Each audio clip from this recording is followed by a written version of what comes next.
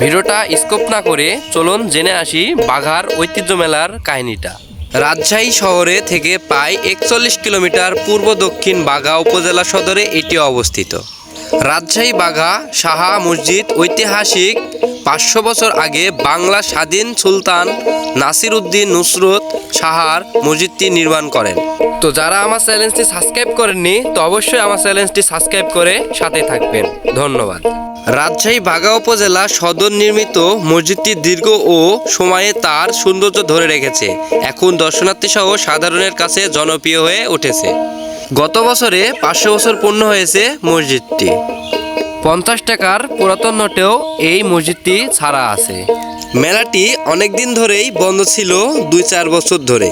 আবার সেই ঐতিহাসিক মেলাটি আমাদের মাঝে ফুটিয়ে তুলেছে সেই আগের মতো করে।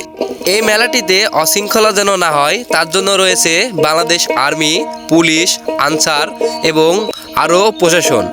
আর এই মেলাটি হয়ে থাকে বেশিরভাগ ঈদের পরে, যেমন 7 দিন ব্যাপী, 1 মাস ব্যাপী।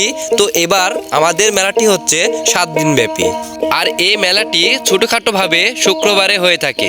যেমন যাদের মানসা থাকে, যেটা বলা হয় মান্যত, যাদের মান্যত দিতে আসে তারা এই মেলাটিতে উপভোগ করেও যেতে পারে, কারণ শুক্রবারেও ছোটোখাটোভাবে মেলাটি হয়ে থাকে। যদি কথাবার্তার ভিতর কোনো ভুল ত্রুটি থাকে তো ক্ষমা দৃষ্টিতে দেখবেন। আর যারা আমার চ্যানেলটি এখনও সাবস্ক্রাইব করেননি অবশ্যই আমার চ্যানেলটি সাবস্ক্রাইব করে সাথেই থাকবেন। তো যদি কখনো বাঘা মসজিদে আসেন তো অবশ্যই বাঘা জাদুঘরে আসবেন, কারণ এখানে অনেক পুরাতন জিনিস দেখার জন্য আপনাকে অবশ্যই 10 টাকা টিকিট ক্রয় করতে হবে। তো যারা আমার চ্যানেলটি এখনও সাবস্ক্রাইব করেননি তো অবশ্যই আমার চ্যানেলটি সাবস্ক্রাইব করবেন। আর আমি যদি কখনো সফলতার দেখা পাই, সর্বপ্রথম আমার লক্ষ্য থাকবে অসহায় মানুষের পাশে দাঁড়ানো। তো আমার চ্যানেলটি অবশ্যই সাবস্ক্রাইব করে সাথেই থাকবেন। আল্লাহ হাফেজ, ভালো থাকবেন। আবারও দেখা হবে নতুন কোনো ভিডিওতে।